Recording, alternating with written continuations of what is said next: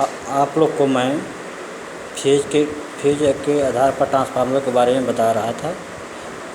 एकल चरण के ट्रांसफार्मर के बारे में आप लोग को बता दिया था। आज मैं आप लोग को तीन चरण ट्रांसफार्मर के बारे में बताने जा रहा हूँ।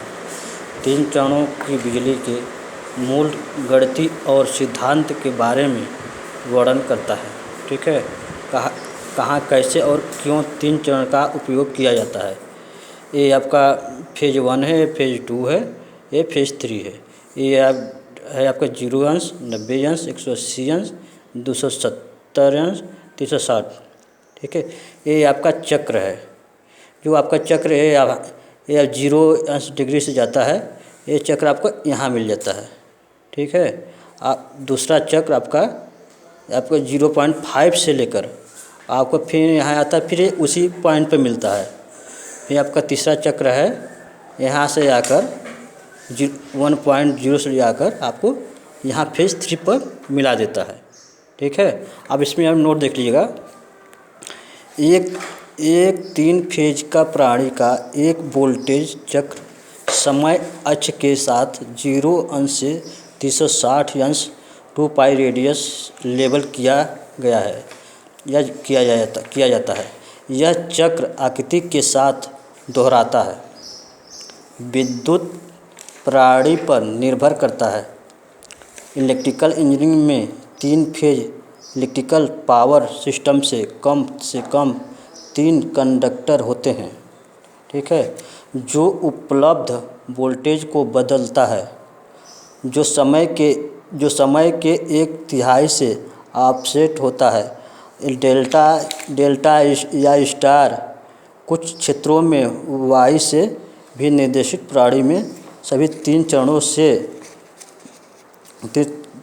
से 2 अलग-अलग वोल्टेज में उपयोग में अनुमानित में मिलती है। ठीक है, अब देखिएगा शीतलन प्रणाली के आधार पर ट्रांसफार्मर।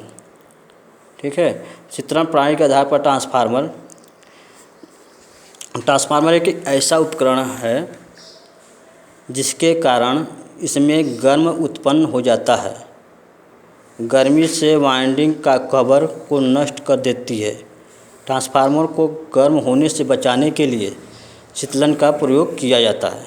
ठीक है, जब ट्रांसफार्मर होता है तो उसको आप गर्म भी हो जाता है, तो ट्रांसफार्मर को शीतलित करने के लिए उसमें शीतलन का प्रयोग किया जाता है, ठंडा रखने के लिए। ट्रांसफार्मर को गर्म होने से बचाने के लिए शीतलन का प्रयोग किया जाता है। ठीक है, इसमें विपरीत मोटर जनरेटर जैसी मशीनों में घर्षण इसके विपरीत मोटर जनरेटर जैसी मशीनों में घर्षण जनित गर्मी से बचाव के लिए घूर्णन भाग के साथ पंखा सेट किया जाता है। विपरीत मोटर जनरेटर जैसी मशीन में घर्षण जनित गर्मी से बचाव के लिए घूर्णी भाग में पंखा सेट किया जाता है। विपरीत ट्रांसफार्मर में कोई घूर्णी भाग नहीं होता, इसलिए शीतलन की आवश्यकता होती है। अब देखिएगा अगला पॉइंट है शीतलन प्रणाली के आधार पर ट्रांसफार्मर के प्रकार। शीतलन प्रणाली के आधार पर ट्रांसफार्मर के प्रकार। शीतलन प्रणाली के आधार पर ट्रांसफार्मर निम्नलिखित प्रकार के होते हैं। ठीक है, पहला देखिएगा, इसमें पहला है प्राकृतिक रूप से शीतलित ट्रांसफार्मर। प्राकृतिक रूप से शीतलित ट्रांसफार्मर क्रोड का क्षेत्रफल अधिक रखा जाता है, जिससे ट्रांसफार्मर की क्षमता 15 kVA होती है। जब ट्रांसफार्मर में गर्मी पैदा होती है तो उसका अवशोषित कर लेता है। वायु के प्राकृतिक प्रभाव से गर्मी का वायु में बदल देती है। ठीक है, इसके अलावा क्रोड में तथा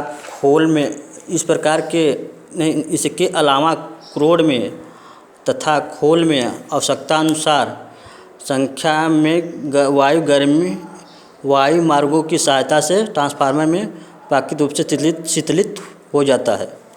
अब देखिएगा अगला पॉइंट है तेल द्वारा शीतलित ट्रांसफार्मर या cooling transformer, oil cooling transformer. Transformer को तेल द्वारा ठंडा किया जाता है। इस प्रकार के तेल द्वारा शीतलित ट्रांसफार्मर निम्नलिखित 4 प्रकार के होते हैं। ठीक है, निम्नलिखित 4 प्रकार के होते हैं। पहला है इसमें आपका प्राकृतिक रूप से तेल द्वारा शीतलित ट्रांसफार्मर। इसका व्याख्या देखिएगा। प्राकृतिक रूप से तेल द्वारा शीतलित ट्रांसफार्मर में अंदर टैंक होता है। ठीक है, जैसे नहीं टैंक होता है, टैंक में ट्रांसफार्मर का आयल होता है। तेल वाइंडिंग को शीतलित प्रदान करता है। कोर और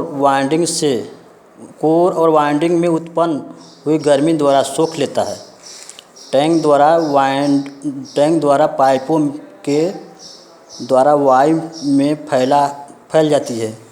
कुछ ट्रांसफार्मर में टैंक की दीवारें नाली के आकार की लोहे की परत से बनाई जाती है, जिससे वाइंडिंग में उत्पन्न हुई गर्मी आसानी से वायु में पैदा हो जाती है। ठीक है, नेक्स्ट अगले दिन बताऊंगा।